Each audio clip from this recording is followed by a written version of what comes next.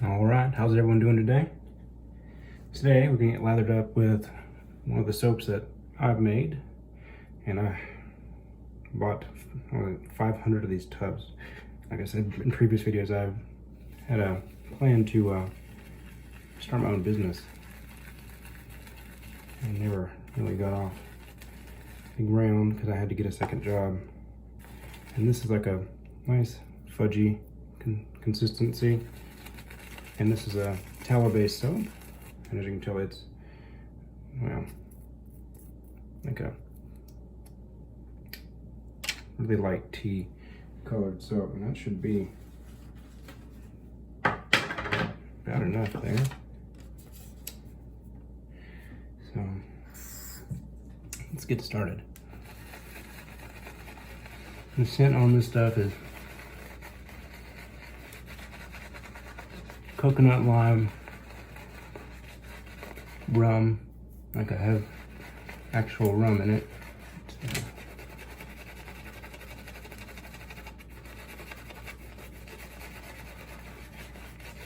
Tobacco, like the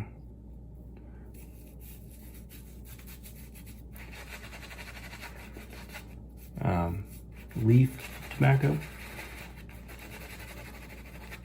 And then 2 different types of cedars, and then patchouli, and I think that's it. I wanted it to smell like a beach party, but not be sweet or fruity, so it has kind of a really nice backbone to it. It's not all top notes like lime, coconut. It does have kind of a sweet scent to it, just a little bit with the rum, the aged rum. And I used Kirk and Sweeney rum in it. All right. So it's got a real nice caramely smell to it.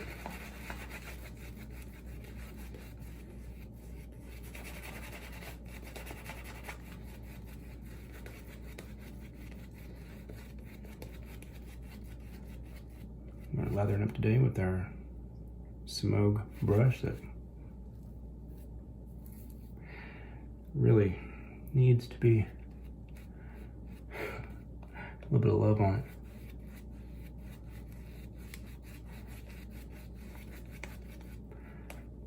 So we're going to talk about something that I'll probably end up making a whole video on. And it's sparked by using my own soap. And that is 5 things I wish I knew before starting wet shaving. Today, we're going to use a shark blade, and I don't know if you can tell the difference in this packaging. This one looks really light, and this one's much more bold. I'm going to go with this one right here, because I have 4 of these. I don't know if there's a difference in the blade on the inside. I'll open them both up and see if the marking is any different. This one says super stainless. But whenever I do my review series, I don't want to have to go. All right, they both say super stainless, so I'm assuming that they're the same. Let me show you. It says super stainless as well.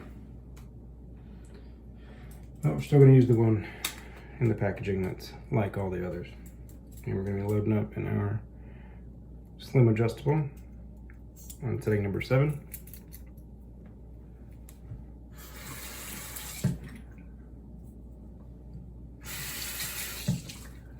Alright, as you can tell, this soap's holding up quite nice. I think I went through like 30 different recipes before I landed on this one. But I made a tallow version, a It's a nice little blade there. A French style version. So it was like a triple milled. It was extremely hard.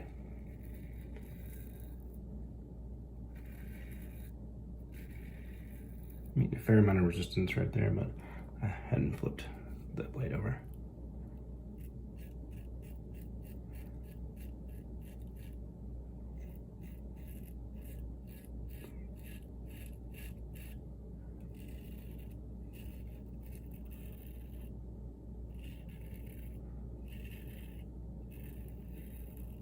There we go.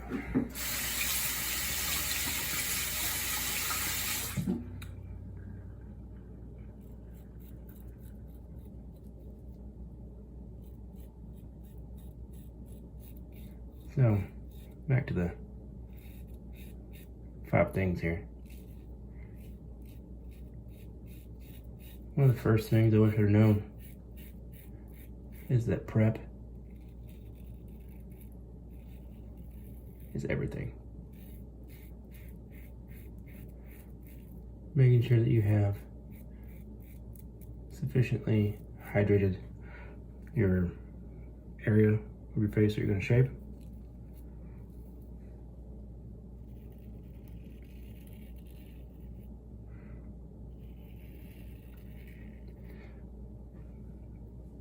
I'd say that taking a shower is the easiest, quickest way to do it. But then getting a shower right afterwards.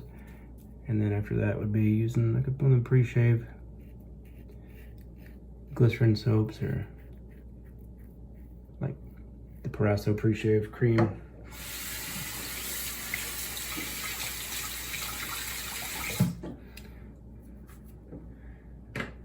Or the, prep is one of them. Let's get back to it here. So that would be number 1, making sure that you really give every product that you're going to be using the best shot that it has to be good. And so you do your part, essentially. Everything else, will fall into line once you do that. And can you tell? That's nice and slick. I would talk more about this soap, but no one else out there has it, so there's really no need. But I will say that the soap is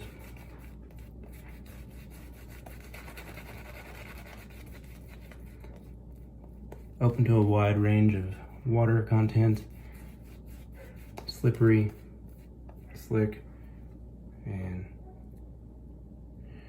really dense. Anyway, I've went through quite a few different iterations of the soap before I landed on that one.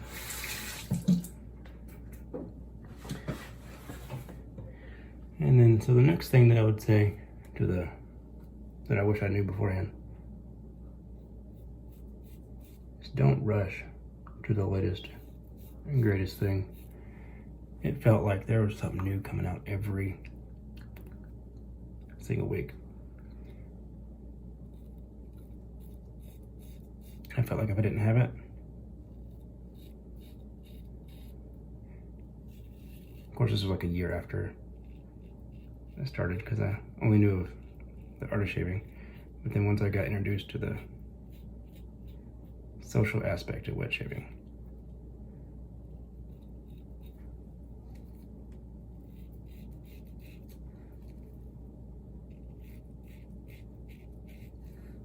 I felt like I had to have it.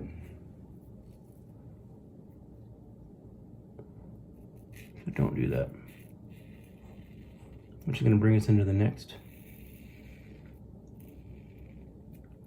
part of it, which is use your original setup that you buy for a few months. See what you like about it, what you don't. Because you have to have a basis of knowledge before you can attempt to make something better. And so that's the third thing.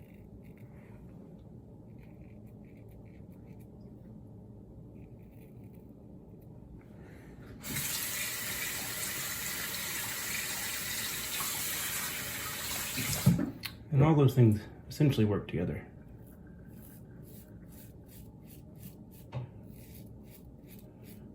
Use what you got, figure out what you like about it. See if the products work good for you.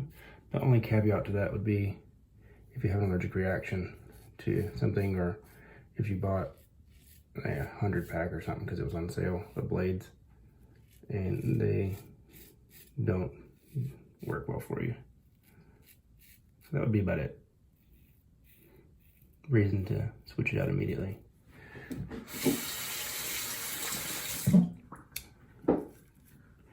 But other than that, they all kind of work well together. Those first three.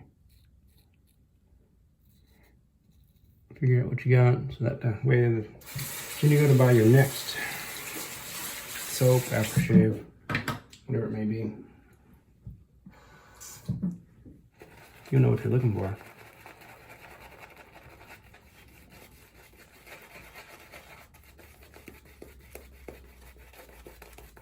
And this shark blade is doing really well. You know, given the back onto the 5 things, the prep, doing the right prep will make sure that you're doing everything in your power to allow the products you already have to shine.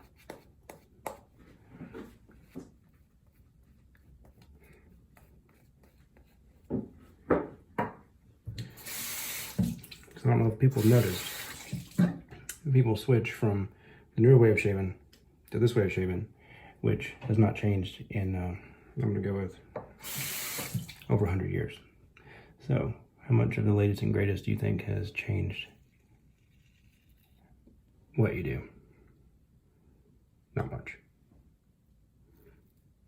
And in those ads from Gillette and Schick and Aftershave and all these other ones in the 50s and 60s, they always talked about water content.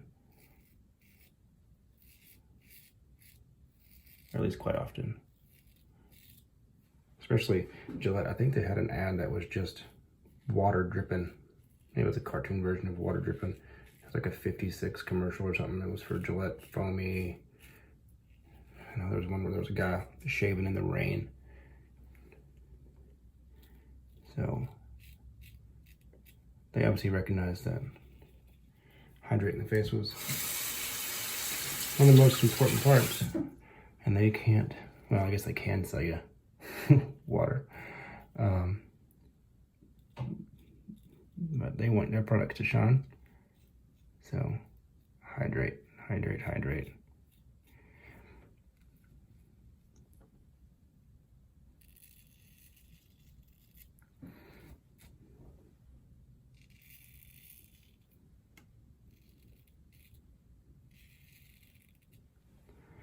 And then, let's see here. Whenever you're looking for products, prices and everything. So that's number 4. And then one of the biggest reasons, because you can buy stuff that's exceedingly inexpensive. And it perform better than stuff that's 5 times the cost. Still dealing with the irritation from that twin blade shave. Stuff's so slick. Gosh. Alright. And the last one is identifying why you made the switch. What are you looking to get out of it? Don't get wrapped up in what everyone else got into it for.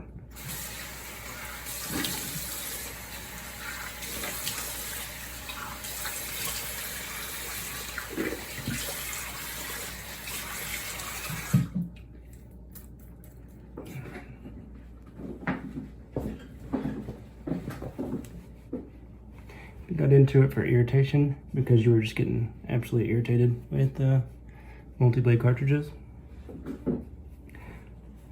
Search for the products that allow you to do that.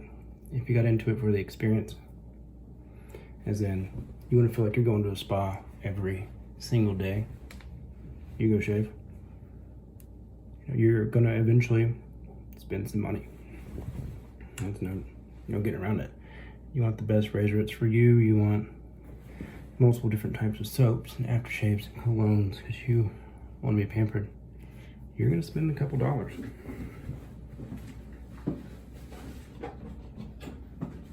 Or if you got it to save money. All right, so this is it's partially rum, and then the rest of it is the oils. That's why it looks funny. We gotta get that. That's a bit excessive.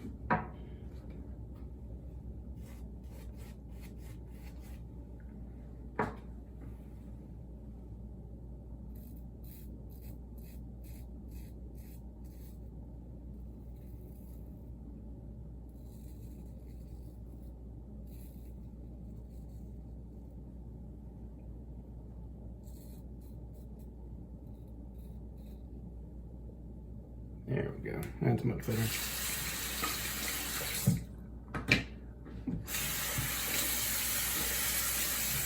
Okay.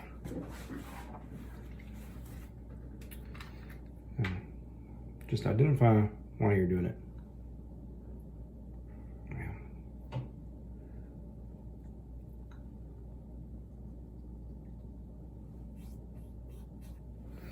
Oh, I forgot to say that. It's got a little bit of cumin in it, and I can't really smell it in the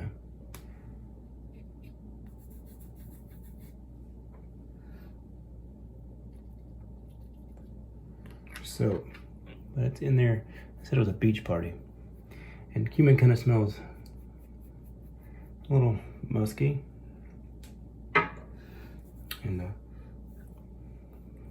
give you the sense of having a good time out on the beach. You can smell it. There's rain right there. I'm gonna get an aftershave real quick.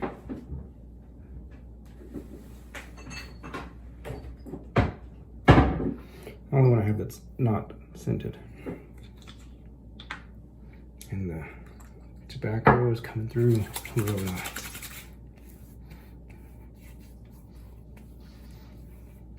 It's the leaf tobacco, not the tobacco flower.